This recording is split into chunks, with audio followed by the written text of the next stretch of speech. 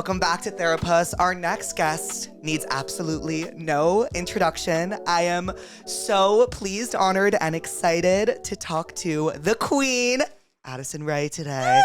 Hey! I was actually watching your last few episodes, and I was like, oh my gosh, I wonder what he's going to say for my intro, and that was really sweet. Wait, I was thinking about your intro all morning. I was like, no introduction, and I was going to list off your singles, but then I was like, that contradicts the no introduction. Right. And then I was like, we can get into those I'm so excited for you. Thank you. You've had the most incredible year. Thank you. Are you like... It's been pretty crazy. What's it? Because I remember, I feel like I saw you that night you released Diet Pepsi. Mm-hmm. And I feel like just from then, it's been like... Whoa, yeah. That was a crazy night. You were literally at the event. It was you and Lexi, and you were watching the premiere, and you were so anxious. Yeah. And then I remember listening to it that entire weekend at the Jersey Shore. And I was like, this is where it's meant to be listened to. I feel like I definitely watched those TikToks of you at the Jersey Shore. Yeah, I was like eating ice cream. Wait, because then you posted the ice cream TikTok, yes, right? Yes.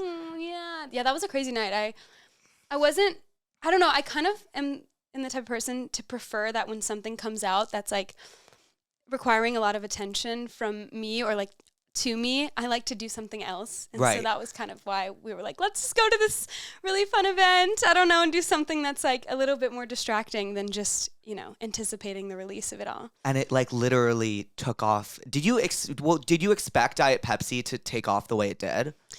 I don't know that I really had any real expectations for it, but I did know that it was a really special song. Whenever I wrote the song with Luke and Elvira, we were in the studio and it was like the first time we met. And I mean, our session was like about to end. And sometimes like in sessions, you're like, I don't know, it's with anything really. It's like, are we going to make something that we like? Or are we never going to speak to each other again? Right. And then towards the end of the session, the song just really magically happened. Like Luca started playing the piano and we were kind of all just like humming different little melodies. And then we found this one little section, the last line of the hook, losing all my innocence. And then we were like, oh my God, wait, that is literally so good. And we were like, okay, let's keep going. And the next day we finished the song and we were just like, there's something really magical here. And that kind of kickstarted everything. But I think my expectations were pretty low in terms of like people getting or understanding it. Because sometimes when you put too much of an emphasis on the response, it ends up just never matching that anyways, So I tried to go into it pretty chill. I feel like that's the best way. I feel like I experience that all the time where it's like I put all my excitement towards like one thing and then it never ends up being what you want it to be. And then it's like, well, it's over now. What do I do? Yes. And then it's like a crisis. Yeah, it's like the biggest internal crisis. Wait, so Elvira, did she do the entire album? Yeah, I did the whole album with Luke and Elvira. And what was that like? It was really great. I didn't know initially that I wanted to make the entire album with the same people because, with my EP and other music that I've made, it's kind of been like sessions and sessions and sessions until I'm so noisy right now. Wait, I'm obsessed. It's really like calming for me. It's really calming for me. It's kind of nice.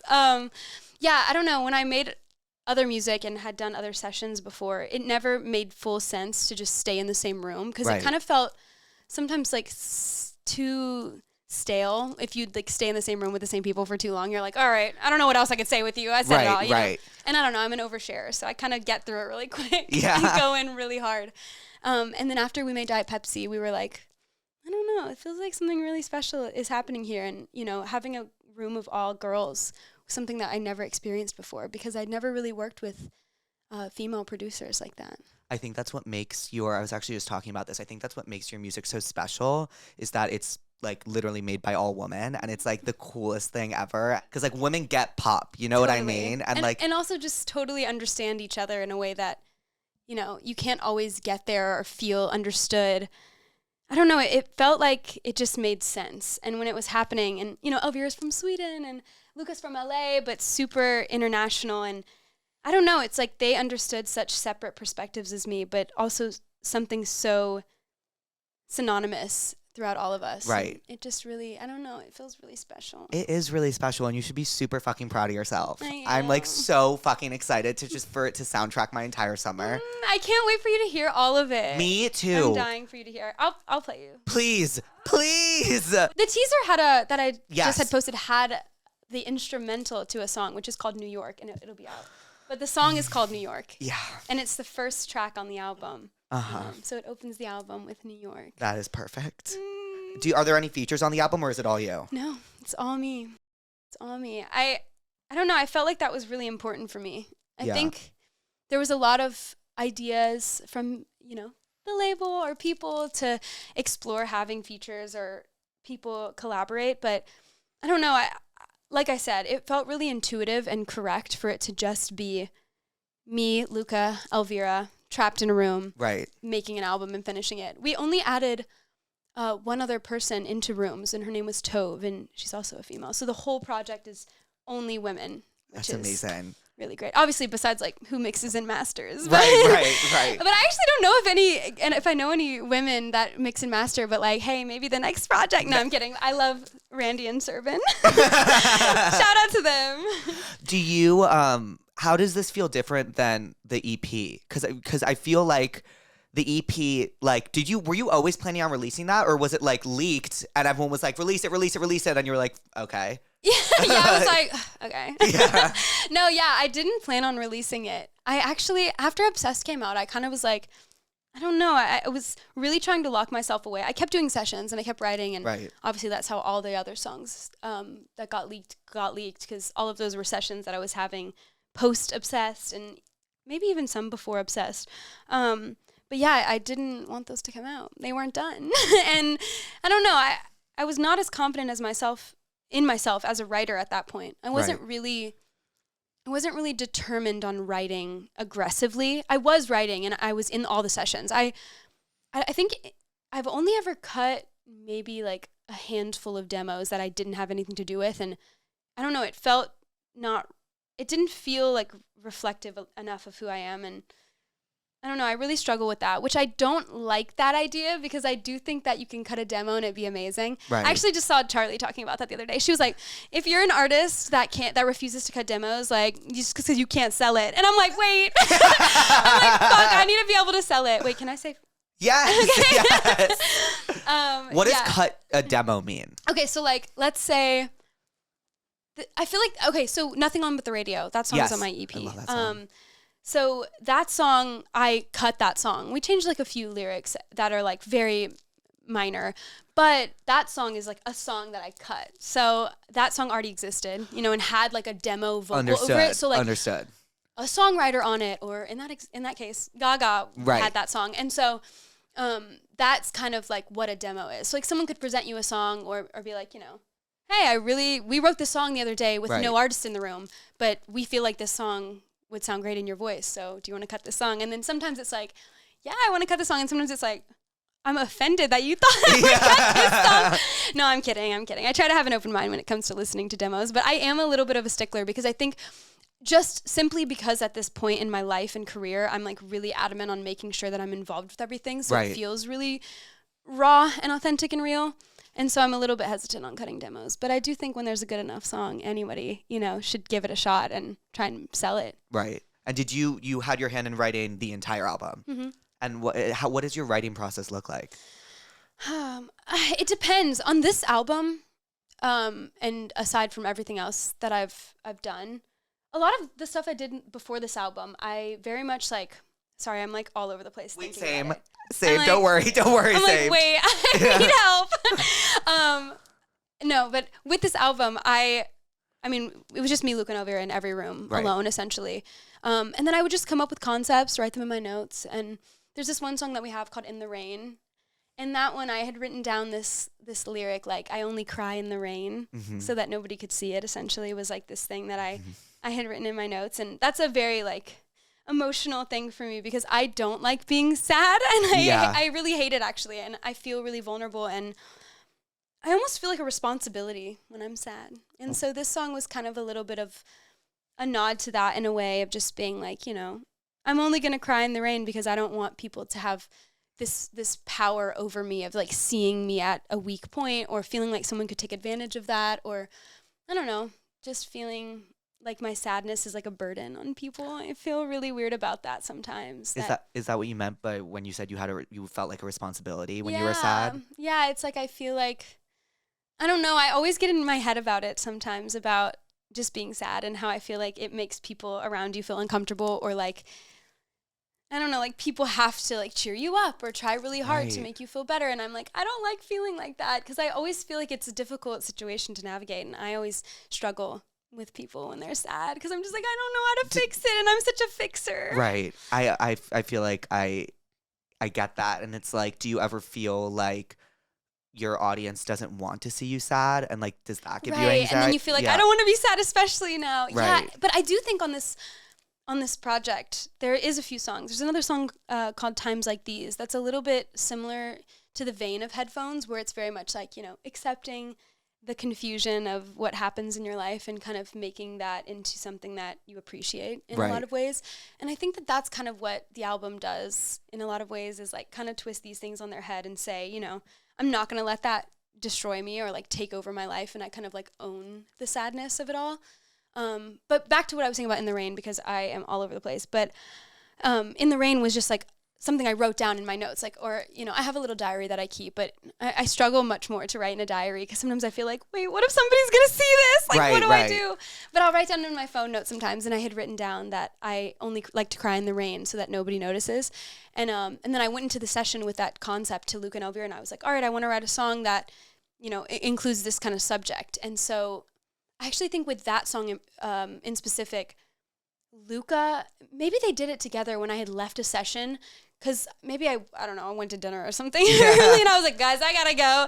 But this is like over, you know, I think it was over 50 something sessions we made the album. So oh wow. Yeah. So in between that, you know, there'd be days when I was like, I gotta go. But that concept came up and I said it to them. Then I left, and then when I came back the next day to work, they were like, oh, we wrote this on piano, this melody, and it's the hook melody, which is like really gorgeous and beautiful, and it's very like Swedish vibes. I don't know. Every time I would play that song for people, they'd be like, oh, I can totally feel like the ace of bass in it. It feels very that. And yeah, that one was one that I like came in, and then we wrote all the lyrics together, wrote the verse melody, wrote the pre-melody, and then we used that hook that they had came in with, which was so beautiful over this, like these gorgeous chords on the piano. And that was just like one way that a song would come about. But then for most of the rest of them, I mean, we started them from scratch in the room. We have actually some really great footage of us. Like, we recorded on our MacBooks, and we would just run it for hours on photo booth, and it would just be us, like, back and forth. I have, like, some funny videos of us just, like, sounding absolutely insane making these songs, because we would just bounce back and forth, but it was such an intimate room that it really didn't matter how crazy we sounded, you know? Until we landed upon the songs. Do you was there like a song on the album that you were like, this song is never getting done, and it was like so hard to finish? Ooh. You know, for the most part, all of the songs, when we started them, we wouldn't finish them if it wasn't going to be on the album. Like, we didn't make very many songs for the album. Right. So the album's 12 songs, and there's 2 interludes in that. And the interludes, one of the interludes actually came from like a session that we did in New York, and I loved this melody that I had made, and I was like, oh, and I love this quote. Like, I read this book, or a title of a book, and I think it's Clear Water in a Pool Painted Black, and that inspired me to write, which is one of the interlude titles, Life's No Fun Through Clear Waters, because when I read that, I was like, what does that even mean? And then I was thinking to myself, it's just like life would not be interesting if everything was beautiful and perfect. And so I'd written that down, and this melody came to me in the session, and I was like, oh, wait, this is it. And we like, you know, messed with it for a little bit that whole day in New York. And we were at Jungle City, I think is the studio, that we were at. And we like came up with this, and it was like really angelic and beautiful. And then all of a sudden we were like, this is not going anywhere. Like, we're not doing anything with this. And then I remember like I came back the next day or weeks later even, and like Luke and Elvira like pitched it down like really low and like slowed it down and made it really distorted and weird, and then that ended up making the album. So I think like most of these songs either started and finished themselves in like a span of 2 to 3 days, and maybe had tweaks like here and there, but for the most part we would almost like put away a song that didn't come magically. Right. Like if it didn't feel like it was happening effortlessly, we kind of like let it go, which has kind of been something that I've been doing a lot lately, which is sometimes not the right thing to do. No, but I actually think that's super beautiful because I think you can really feel it. Mm-hmm. Like the whole album kind of has this like ethereal, like fairy-like vibe that was kind of like it came to you and you like regurgitated it and you're like, here you go. Totally. And so I actually think that really works in your favor and like is like really like a present theme in the album. Even though I haven't heard it yet, I feel that from the album. And I also feel that through the cover, which is so incredible. When I saw that cover, Louise, like when I saw that cover, I actually, my jaw hit the floor. Stop! It was like, you know, like it was so like naughties, but so it was just perfect. It's a perfect, it felt like a classic to me. Like that's what it felt like. And how did you, were there any other options for the cover? So I'll show you actually, because I have a photo of like the wall. Essentially, we did this photo shoot at the Box in New York, which was really fun, and I love the Box. I love the Box. I love the Box. I don't care if anybody hates the Box. I love the Box, and like I just love how dangerous it is and naughty and crazy. Oh, but we shot the cover at the Box, and we did like kind of the whole album shoot there, which was just my dream. I had like a really fun night at the Box, and after that I was like, okay, I just need everything to exist in the context of the Box, you know? Yeah. But I really want to find this before. This is what the wall looks like.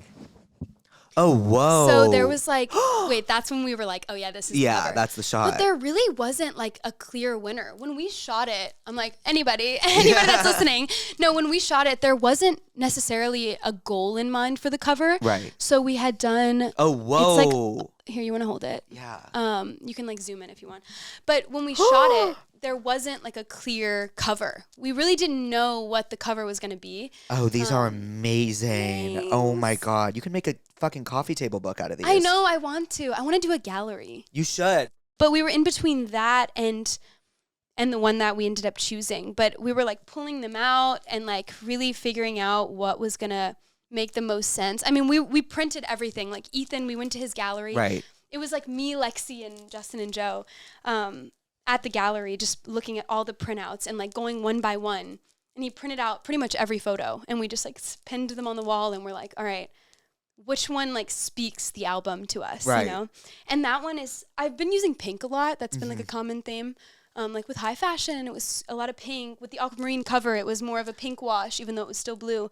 And then Diet Pepsi obviously was like black and white and Pepsi colors, but still very pink. Like everything felt very pink. But then when we shot that cover and it had a wash of like multiple colors in it, it just made the most sense and kind of encapsulated the whole album in a way that I think the other photo, you know, was in black and white. It kind of just didn't give me enough,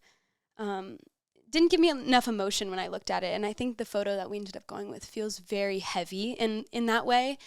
It's like very reactional when you look at it, and it feels magical. You know? That's what it feels like ethereal. And like, I also think it was such a good move to go with color because the album is so colorful. It is. Every song has like, you know, like you can like hear the colors in it, especially in headphones on. Like you can hear like the pinks and the purples and like, you know what I mean? And it's just so special. Makes me so happy. I know I don't have like, I don't know what the diagnosis is for like synesthesia, but I'm like, maybe I have it. I just don't even know what the qualifications are to have that. But I do think I like to associate songs with colors because it brings it to life for me and makes it really vivid. But yeah, I also feel like the theme for me, I don't know if you know what Libby Lou is. No? Does anybody know what Libby Lou is? Okay, well, it's essentially this like child store, like type of Disney princess type of scenario. Like, you know when you'd go to Disney like as a kid and you could like get a princess look or like they'd give you a makeover. Right. So Libby Lou essentially is like this makeover spot for like kids, and I would go there when I was little. I posted photos here before and it was really cute. It's like a feather boa. You could like choose to be the rock star or you could choose to be the pop princess, like whatever. Anyways, the whole goal for the album is for it to feel like R-rated Libby Lou. Oh, so I love that. We were like, me and Lexi have talked about this all the time because Lexi's from Texas and I'm from Louisiana. So we have like a very similar upbringing. And I lived in Texas for a little bit, and that's where I first went to Libby Lou. You did? I lived in Houston. When did you live in Houston? In middle school. No way. Yeah. And then were you raised in Louisiana, then Houston, then back to Louisiana. Mhm. Got it. So Southern girl. Yeah. Southern girl at my core. But yeah, Lexi grew up in Texas too. So we had a lot of the same experiences. But it was so funny. We were in Palm Springs for Coachella, and we went to like the Skims store randomly. We were like in the Skims store at the outlets, and when we walked in, outlets. I know, me too. Like YSL in those outlets is so good. It's just like it's perfect. It's perfect. It's perfect, and it's just such a perfect stop on the way to like the weird location of Palm Springs. Right? You know, Like, every time I'm there, I'm like, this is literally "Don't Worry, Darling." Like, why does it feel like this? It is. I think "Don't Worry, Darling" was shot in Palm No, Springs. I think it was too, Yeah. but it's exactly that. Like, it feels like, I don't know. It feels like somebody came in there and tried to make that Like a weird fake escape. city. Yeah, Yeah. It's like, why are we supposed to be smiling all the time? Yeah. But yeah, we went in there and we smelt Libby Lou, and it was, anyways, that's where I meant to circle that back to, because we smelt the smell of Libby Lou, and we looked at each other and we were like, Libby that was Lou. Libby Lou, and we were like, that's a sign. Like, the album is Libby Lou. Anyways, that's amazing. You have to know more about Libby Lou. Does it still exist? No. No. When did it shut down? Wait, I'm gonna show you the logo. Wait, I want to see. It reminds me of like a Like, what color are you seeing? like yellow, like a butter yellow. Okay. So it's not a butter yellow. It's not that. No, it's actually like this. It's like this okay, cup holder. okay. So it's like like very hot pink and like purple. So it's like what's that? Who am I thinking of? You know, the cartoon, and it's like it'll come to me in like 4 hours. What is it? Yeah, like right when I leave. Yeah, right when you leave, it'll come to me. Are you planning on touring the album? Or I don't know. Am I allowed to say that? There's definitely plans to tour the album, yeah. are you like excited about like? Do you like performing? Yeah, I do really like performing. I don't know. I think I was always wanting to perform just in life. I think it's always been so fun to me to be on stage and like convey some sort of feeling to people. I mean, I grew up competitively dancing, so I think, Right. wait, look, this is Libby Lou. So like you would get dressed up like that. Oh, whoa! Isn't that amazing? It's like It's like Build-A-Bear for yourself. It's like a gay hot topic. It's like kind of what it is. No, it's the best place on earth. Oh my God, I miss it. By the way, this is giving exactly what I thought it was, the cartoon I was talking about. Really? What the fuck is it? What It's is the like cartoon? it's like pink and they're like it's like the dolphins. Mm-hmm. You're talking about Lisa Frank? Yes! yes, it is Yes. like Lisa Frank. It's It like- actually is very much like that. Yeah, But that that's- wasn't a cartoon. That was just like stickers. Yeah. That was just like a brand. Yes, like I didn't know how to describe it. I was like something of the Yeah. sorts. No, it's so that. Like the vibrant colors of Lisa Frank. It's Right. very that. I just wanted to know what Coachella was like. Oh my God, it was so crazy. Was it scary Did at you all? go? I went weekend 1. I was Okay. so fucking mad when you came out weekend 2. I was like, cool, I missed it. No, it's okay.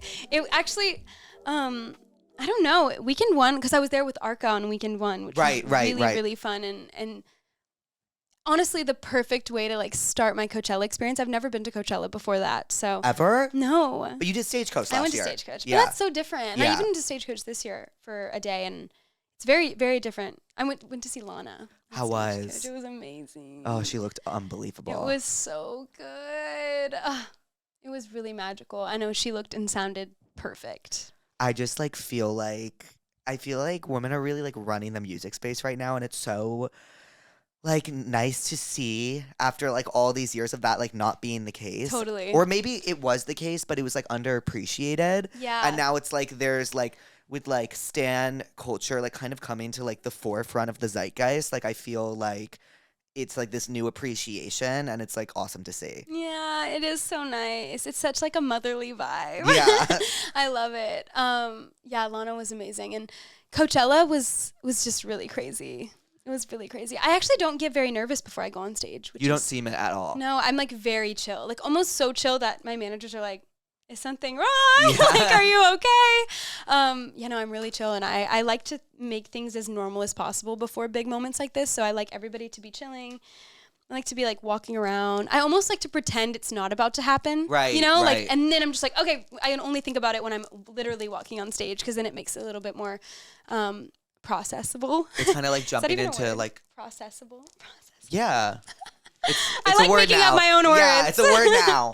I feel like it's like jumping into like cold water. Yes. And It's it's like you like- can't think about it until you're just doing it. Right. and It's like it can jumping hit off you. a high board. Yeah. Like a Yeah, dive diving board. board. Yeah. A high board. Yeah.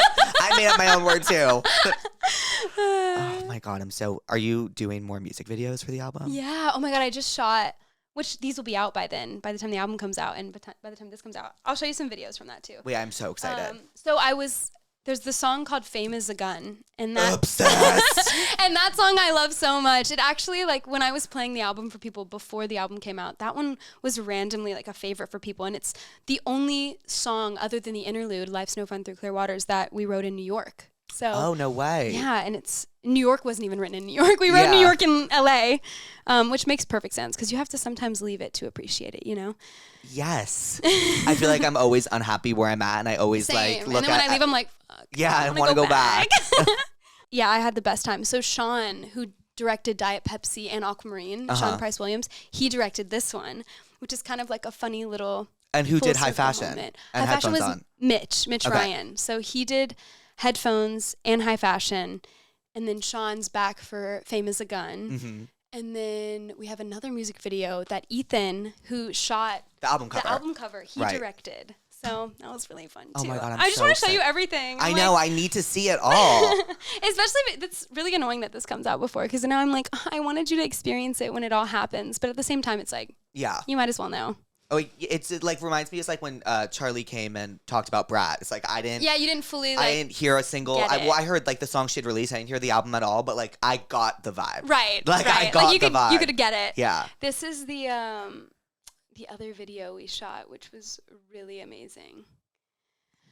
Like, it's essentially Oh my me and God. a bunch of my girlfriends. Wait, like, what's this? What's this dancing. for? Which one's this This for? is Times Like These. It's like Mm-hmm. pretty much this narrative, the video of like, you know, separating work and fun. Work and Is that and Lexi? personal life. No, this is my best gal, Jal. She's gonna be with me for a very long time, so you can remember Jal. She was in Aquamarine actually. Whoa, this is sick choreo. Yeah, it's amazing choreo. It's my bestie and incredible artistic collaborator and friend Danielle Polanco. Me and Lexi like did a class with her before we worked on any of the album stuff together, and we were just like, oh, Danielle has to be a part of this. Yeah. She's like the best dancer ever. Like if you ever have time and you're bored, you have to go look at all of Danielle's videos because she is so sexy and effortless and perfect, and she's like a true kitten. Right. Did you like doing competitive dance when you grew up? Yeah, I loved it. I really loved it. I miss it.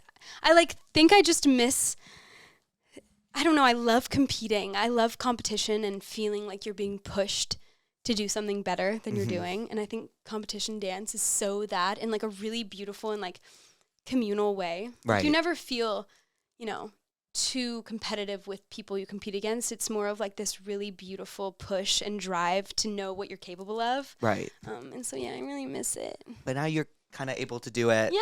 throughout all your I art, know. which by the way feels so full circle because I feel like you've tried your hat in so many different things, and then like this feels like you're so good at everything. I'm not even just saying that. You are so good at everything to me, and I think to everyone as well. But like this feels, does this also feel to you like, okay, this is what I'm meant to be doing? Or yeah. Well, I think, you know, people always ask me what I prefer, like acting or dancing, and I'm like, or singing, and I'm like, why can't they all exist in the same world? And to me, they do, because I think performing is kind of like the basis of what I love in life, is like putting on a really interesting, introspective, questionable sometimes, or like, you know, a show that makes you question what you thought about the way you could feel even. And so like kind of pushing that boundary within myself, but like for other people, is like really interesting to me. So I think as long as I'm putting on some sort of provocative, interesting show, I'm like really satisfied. And I think that with music, I have so much freedom in that, because with acting, which I do love to do, you can really transform. I mean, you know this, Mr. Actor. Mr. Actor. Thanks. But you know, like you can really like put on a show in a way that you wouldn't go yourself most Right. times. Yeah. Or maybe you're an exaggerated version of yourself, which is like a really interesting thing to play with. But I think with music, it's so I'm so lucky that I have so much creative control over what I'm doing right now. And like the label really has trusted me with whatever I've wanted to do. Like they really don't know what the hell's going on. I'm just like, this is what's happening and we're doing this, like we're shooting this video. But I feel like you can feel that you have creative control, by the way. Like you can feel Thank that you. it's all up to you. Well, it's just like truly, even with Diet Pepsi, like the team that was used and started and slowly evolved into what it is now, even it's really been serendipitous and magical in ways that like we're all best friends and like we all have the best time working together. I mean, I'm sure you know how this feels, like working with people that totally get you and totally understand you and can open up your eyes in different perspectives that feel so true to who you are at the same time as it feels so new.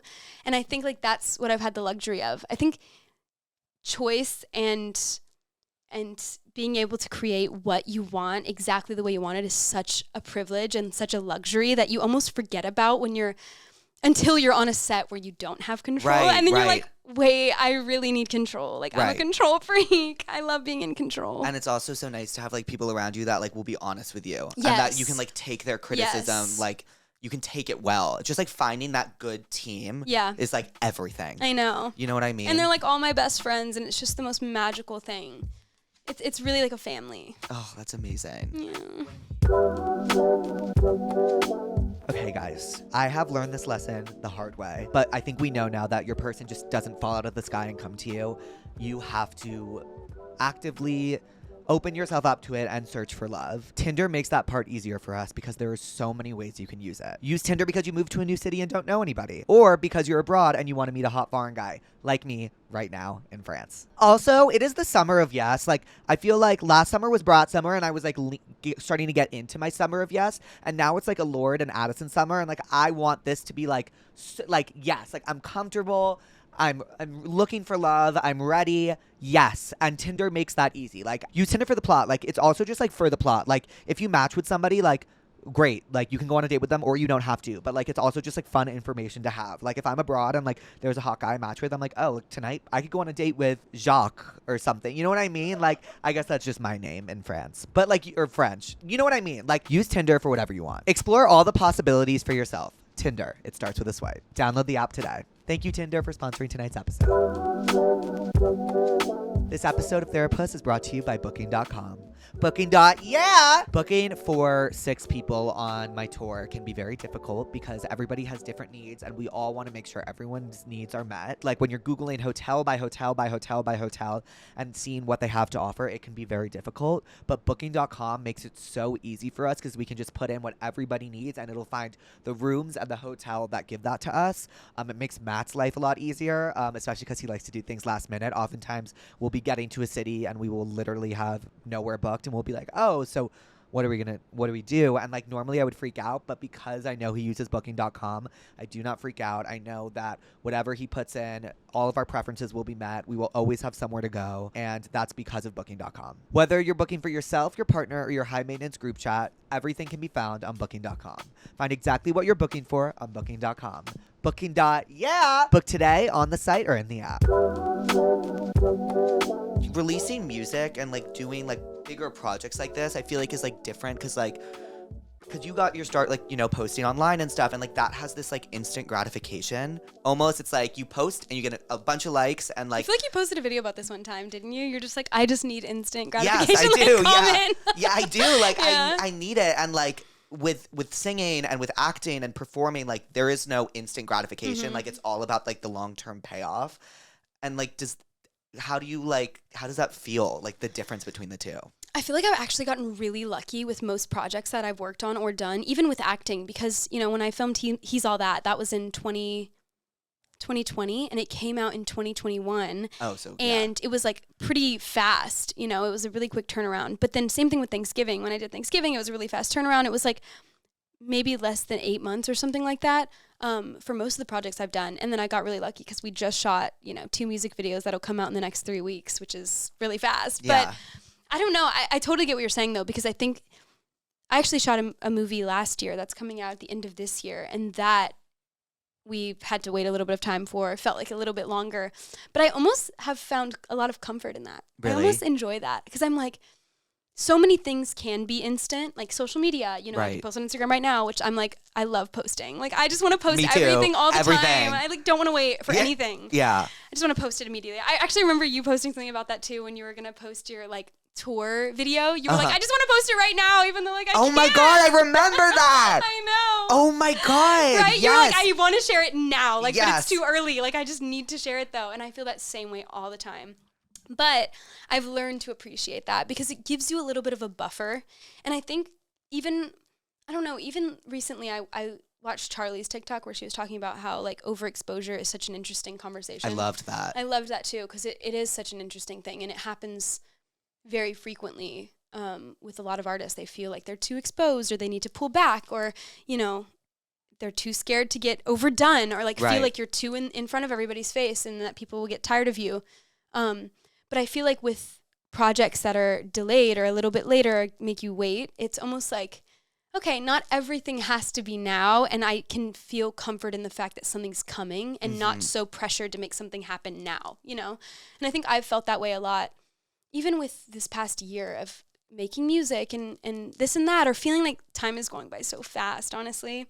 I've really tried to slow down a lot recently because things are happening so quickly. And it is a little sad because it's like, why are we treating it like it's fleeting? I don't like that. I know. I feel like that's like the key to success almost in like some like fucked up way. It's like you have to treat it like it's fleeting.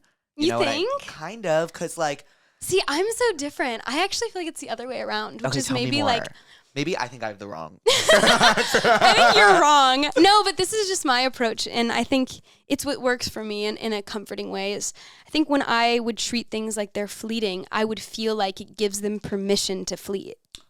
You know? Mm-hmm. And I don't want to give anything permission to fleet. I'm like, I need to act like this will always, what I want will always be here. And what I know I'm going to get is also always going to be there. And so I will get it, you know? And I think you're like changed. No, I'm like actually like, because it's a confidence. I think it's a confidence thing. Mm-hmm. And it's like confidence in, I think the reason maybe I treat things like they're always fleeting is because like I don't have confidence in what I do or what I put out. Well, I you don't mean should that- have more confidence in what you do. I don't mean that in like a sad way. I just mean like I think it comes with time, and like I think social media has created that kind of perception in a way because you feel like in order to be relevant or important, you have to be extremely active and like almost yes. run yourself to the ground in order to stay in front of people's faces because it does feel like that. It does feel like when you're out of sight, you're out of mind in a lot of ways, you know, in social media and just the way that the entertainment industry works these days. You're like, will you forget about me if I don't post today? right, like, yeah. But I think I've gotten to a point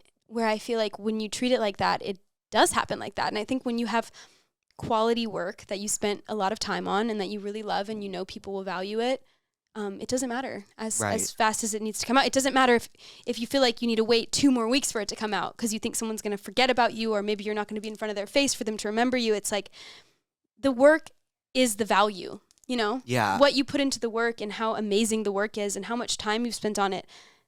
People will love good things because they're good, you know? So it doesn't matter if you went away and stopped posting for 6 months. If you come back with something that's incredible and has great integrity and value and a lot of passion into it, like people are going to pay attention no matter what. You know? Right. It doesn't take you having to be like, hey, I'm right here. Like, don't forget. Because what you do is a reflection of the time and the energy that was put into it, you know? Do you feel like that's something you like learned? Because I feel like you had this active era and then you stepped away. Mm-hmm. And, yeah, it's a learned thing. And like, did that feel weird at first? Or were you like, I know that this is what I'm meant to be doing right now?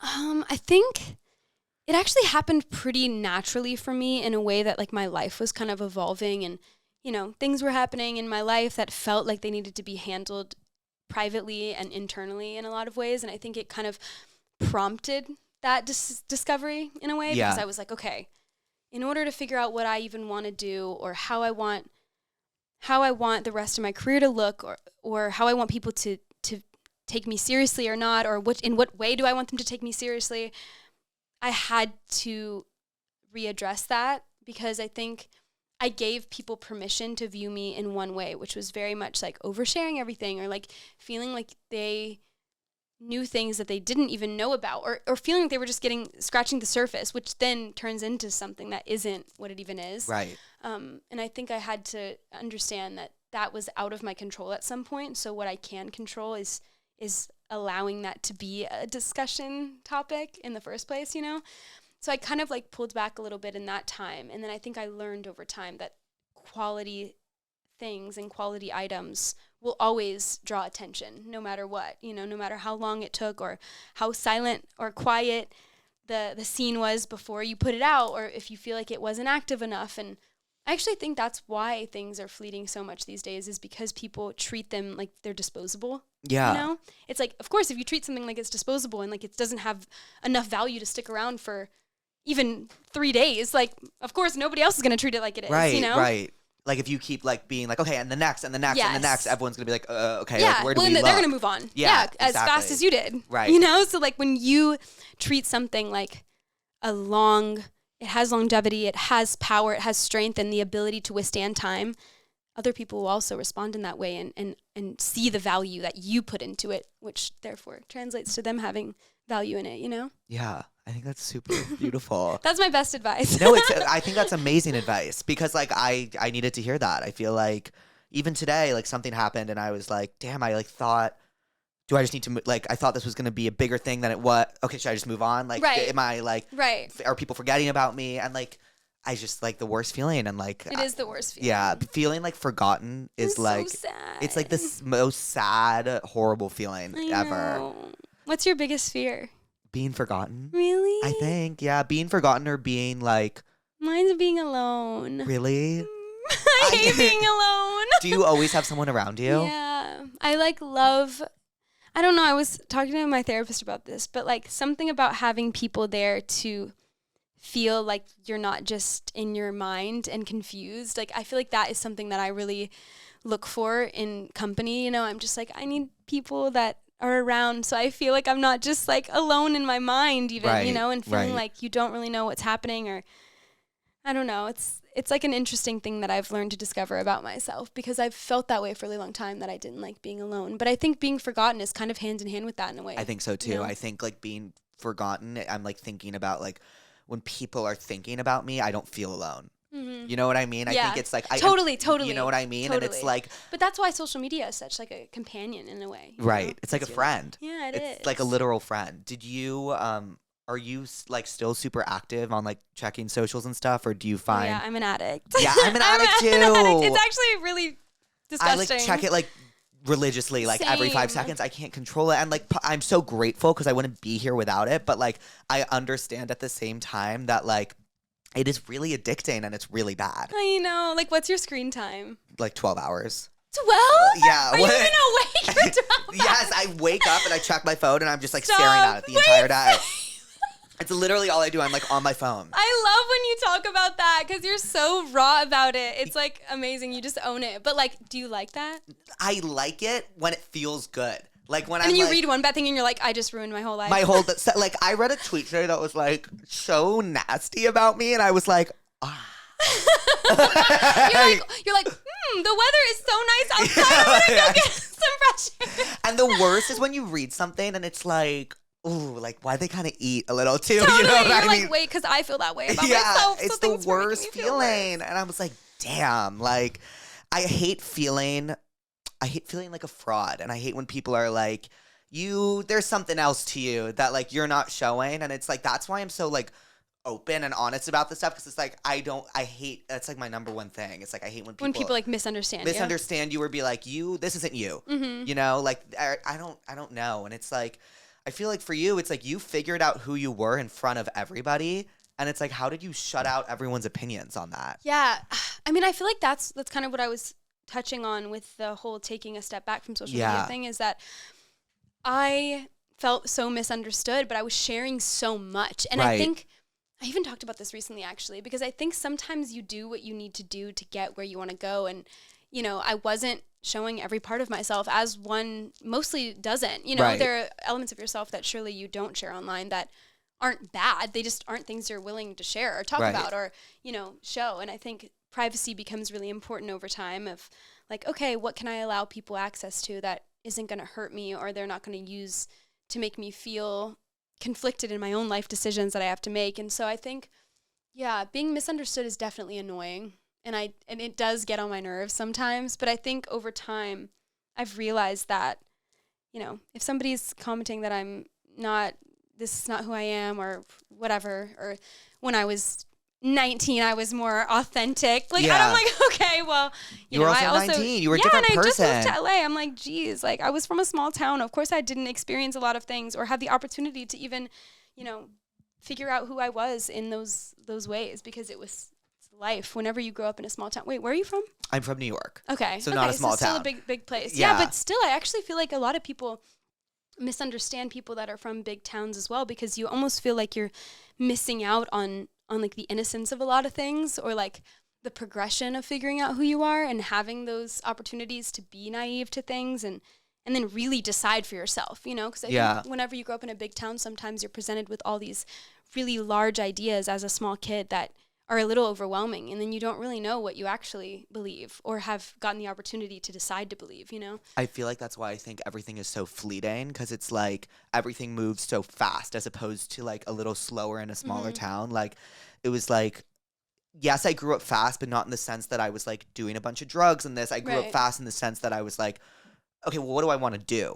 You know, like everyone's figuring their shit out. Totally. And everyone's doing this. You get to be an adult. Yeah, really it's fast. like I like took the subway from when I was like 11, and like, you know, it's like little Jake on the subway. I know, and it's like I just feel like I grew up fast in the sense that I was like, okay, well, I'm an adult now, and this is what I should want to do, and I should have it figured out. And I feel like kind of in the age with like digital footprint, it's like we've gotten lost on the fact that like people change from year to year. You know, like their interests change, who they are change, and I think we're holding people to a lot of who they were, and I feel like that's kind of it's something that like we have to reckon with as like. Well, I think like we want to be so open online, and that has come over time for people to feel like, you know, we should let everybody live their lives and do what they want. But then it's like this contradicting idea that like when you've made decisions in your life when you were younger, that you now have to never change from those. Or like you now have to always, you know, expect that to be a part of who you are. But it's really weird, because I think what people don't understand about, you know, growing up in a small town, or, you know, Louisiana's a pretty small place. And like, I actually think it's much more, I think it's actually really misunderstood, because I think it's much more open and beautiful than a lot of people like to think. But I totally understand where this idea comes from of like the South being really far behind or not accepting people. And I don't know, I just feel like in my childhood, I actually didn't grow up with much of that, even though I did go to like, you know, Christian schools. But a lot of these things stem from religion and what you're taught when you're growing up, and you know, leaning on kind of like a rule book of life, which is like what a lot of these things stem from in the first place. And then I think it's like experiencing new life and new places and new people, and you realize the world is not as small as you thought it was, and you get the opportunity to see and feel things that are new and exciting and beautiful, and in ways that you just didn't know were possible. And I think growing up in a small town, I kind of just you do it, you live the life that you're learning to live in order to exist in that life, you know, because you're just living the life that you're taught to live, or that you're expected to live when you're in a certain space.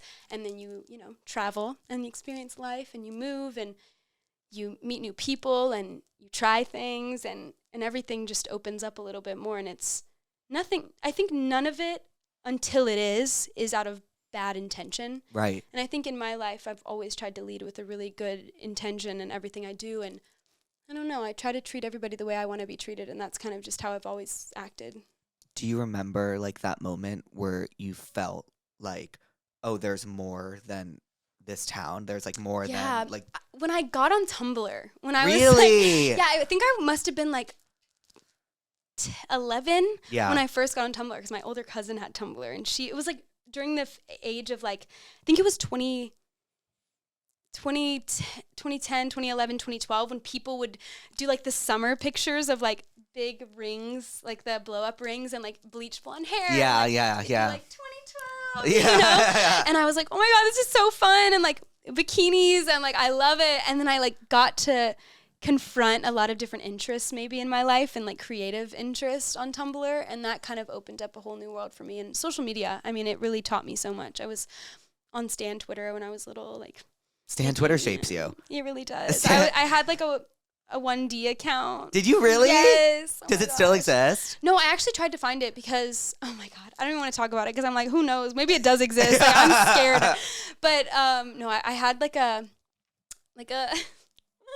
I don't even want to talk about it. But I also had a Dance Moms fan page too because I loved Dance Moms. So I was always on like. My roommate Peyton had a Dance Mom fan account. So did I. It was on Facebook though. Oh, really? Yes, I had a Dance Moms fan page on Facebook. And what? I was in fan page group chats on Facebook. Like, it was really crazy. Was it like with like 30-year-old women? No, it was with a bunch of kids. What? We were all kids on Facebook. We were way too young to be there, but we were there. Okay, I forgot that. I feel like I forget that Facebook was a thing. I know, and it was so big. Facebook, I really want it to make a comeback. But really? It would. I would do that. But it's like in this day and age, like it's not marketable because it's so Facebook was so personable. Personal. Yeah, personal. You know, like you had to friend someone to see their stuff. But that's kind of the beauty of it. Yeah, I know. That was like where the nice community of it all came from, you know. But I also do get like sharing things. That's why like obviously TikTok is so massive and so global, is because it's like you're getting fed new people every single day that you'd never have seen before in your life, versus like Facebook is like an active community that you have to like make, right. You know? Right. Which is interesting. I feel like TikTok's like changed so much from like its conception to what it is now. Yeah. It really has. It's evolved. It's a completely different thing, and I feel like I don't know. It's so weird when you're watching an app. You're like, I can never imagine this app not being the biggest thing in the world. Mm-hmm. And I feel like it's so crazy to think that there's going to be something after TikTok. I know, it's weird, but I don't know. Maybe TikTok will. I mean, Facebook is still around, you know. Right. And so maybe we'll always be on TikTok. I hope. I think we will be. I love TikTok. Nobody can I love I feel like way. I've discovered so much new music on TikTok and like so many shows Same. that I watch and like. Well, speaking of, actually, I was so excited to ask you, like, what were you listening to, like, while you were making your album? Like, who were you listening to, like, for inspo and just... Wait, I'm like, I should look at my... Can't you see your, like, most listened to songs of the year? Still? I feel like your Spotify is, like, famous. Like, I remember, like, when everyone was like, wait, Addison Ray listens to Arca? Oh like, my God, I remember that, too. That was such a funny time. I'm like... Now my Spotify is a little bit more public, and I turned off my active listening because I'm like, y'all don't need to know what I'm listening to. Like, get out of here. Fuck, I need to turn that off. No, you should, because like I'm just like, get out of my business. I'm trying to find new music. Like, right. Give me a second. I have literally no service in here, but I think a lot of the stuff I was listening to when I made my album was, I was obviously listening to just albums that I love in life. I was listening to a lot of Arca, a lot of Madonna. You love Madonna? I love Madonna. I was listening to Erotica. I've never heard Erotica, but I just watched the Glee Madonna episode last night, and I was like, damn, I really should get into Madonna. No, you should. You should listen to Erotica. But you should also, have you watched Truth or Dare? No. Oh my God. Is that the... It's like her tour documentary. Okay. And it's so amazing. You should watch that. And then you should listen to Erotica. Okay. And then she had the... I was watching, like... There was this TikTok. I love when people like really deep dive into albums. It's like my favorite thing. Like Same. She listens to this podcast called, what is it? Every Single Album. Yeah. And like someone was going into Madonna's, I think it was Ray of Light, or no, what was the one where she like has her hair back? Yeah, Ray of Light. Yeah, Ray of Light. And they were like, that was the album that like changed Madonna's whole. Yeah, that album's pretty damn amazing. Yeah. Have you listened to it? Oh my God, you have to. I know, I need There's to. this one song on it called Little Star, and it's like for Lourdes. It's so cute. And the lyric is like, never forget who you are, little star. Never forget how to dream, butterfly. And it's really sweet. Oh, that's beautiful. It's really sweet. It was like a lullaby type of song, but it's really beautiful and like ethereal. I mean, all of those songs are really incredible. Ray of Light is actually a cover. Do you know that song, Ray of Light? Yeah. It's a cover, from yeah. who sung it originally? Who is it? It's like kind of unknown. Like not a lot of people know this, but it's a cover. It's like an interpolation of that song. It's really wild. But when you listen to the original, you're like, wow, you guys really saw through this, because then it turned into something just Right. so massive and iconic, you know? Did you interpolate or sample anything on your album, or is it all original? It's all original. Wow. Yeah. I'm really excited to hear the song where you talk about crying in the rain, because you spoke about Elvira. Avira like producing it on the piano, and I feel like pianos can sometimes sound like raindrops. You know what I mean? And I'm really excited to It's a hear very that. emotional sound. I wish I had a video of whenever they first played that for me, because it's so beautiful. And like, also Luca and Elvira both have like really gorgeous singing voices, and so it's always like a pleasure to have them doing background vocals on my songs too, and just hear the textures of our voices. And I'm thinking, I think it's in like on High Fashion, Tove is actually in some background vocals. There's this weird like second verse thing that happens that's really cool. I'll tell you, because it's her voice and it's really wild, and she deserves the shout out for that. Wasn't there some? What was the inspo? I read something the other day about the inspo behind High Fashion, and it's like you read something on and Pinterest? yeah. Wait, I really wish I had the Wi-Fi, but wait, here, give me your phone. it's just totally not connecting. Actually, can you try to look it up? We need an iPad. Yeah, we You need should an have iPad. an iPad. I love iPads. I do too. Do you remember when we were supposed to do that that video with the nuns? Do you remember that? Yeah, I really wanted to make that What work. happened again? They like weren't in No, commission. they're just, yeah. I think they were like a little tricky to sort out. But yeah, that would have been so fun. We still will do that someday. We will. You know, I haven't smoked in like 6 months. Really? Yeah. Just, was there like a bad experience? I was like making my like I was doing this like comedy album, and I was like every time I would smoke, I'd be like, I don't want to put it out. I don't want to put it out. I don't want to put it out. And then I'd be like, wait, I made it. Like, and I it's love coming it. out, I'm putting it out. and I love it, and like it's coming out. So like, why feel this way by choice? Totally. You know what I mean? Yeah, I totally get that feeling. Wait. Oh, okay. So I saw this and I was like, wait, I love the idea of like high fashion. And then I wrote, I mean, you wouldn't really necessarily take this as that, but when I read this, I was like, wait, I want to get high fashion. Right. Let's get high Oh, fashion. so you changed it. Well, yeah, it's completely Yeah, different. I mean, yeah, I would better have, or I Yeah. would have gotten sued. No, but this was very inspiring for it. Oh, that's sick, actually. Yeah. I love your references. Charlie said you have the best references. I love That's her. true. Okay, are you ready for the let's tell go. me what's let's wrong? Go. Let's get somewhere. Let's come back to earth. We need to. Actually, I don't want to. My boyfriend is still in a friend group with his ex. They broke up only a year ago and dated for 3 years. Literally moved in together, the whole 9 yards. I'm not sure if I should be crazy about it or be chill. Absolutely not. Yeah, right? That's what I think too. Be chill, absolutely not. No, like I I'm would not chill. I'm not chill. How could you be if he moved in with his ex and he's still in a friend group? He sees them every single day? No. No.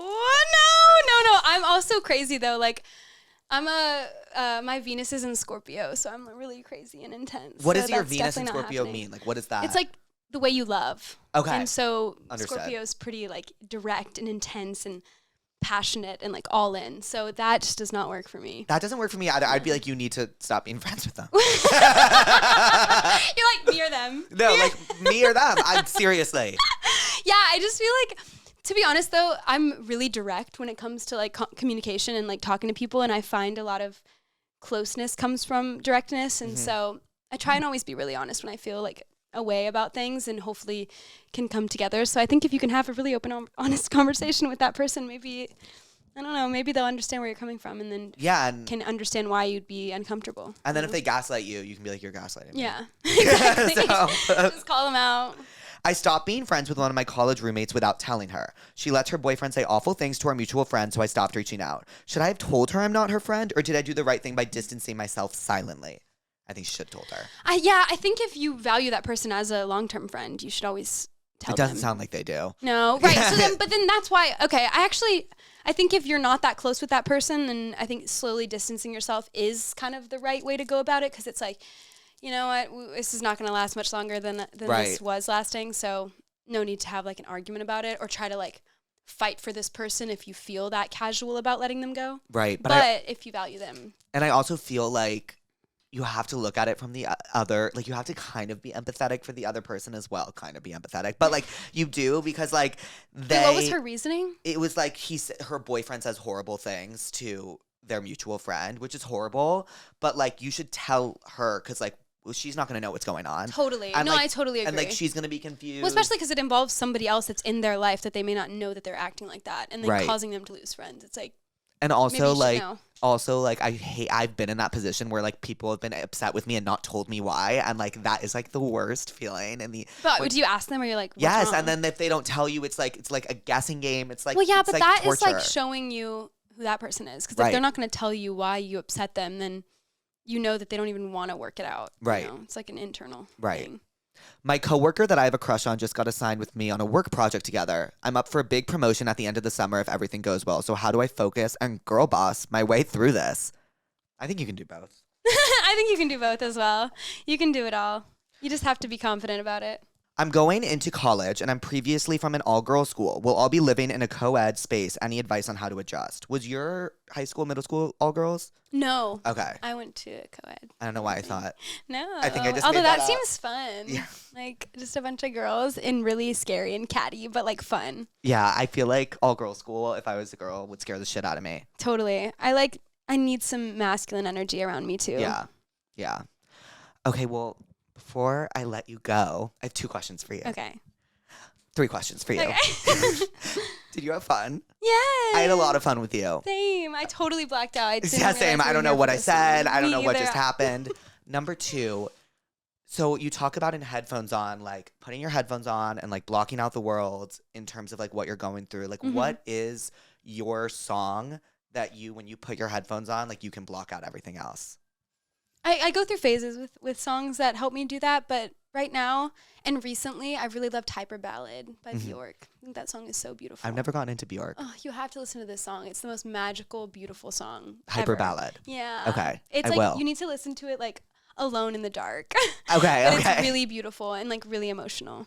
Also, has like Charlie given you like any good advice like going into your debut? Yeah, I mean, Charlie gives me good advice all the time, actually. Well, she helped you name Diet Pepsi, no? Yeah. Yeah. I played her Diet Pepsi and she was like, oh, why wouldn't you name it? Why wouldn't you call it Diet Pepsi? Like, Yeah. it's much more interesting. Because I was going to call it Backseat. I actually think Charlie has a song called Backseat too, which is funny. But, which was not as exciting. But then I was like, oh, yeah, might as well like do that.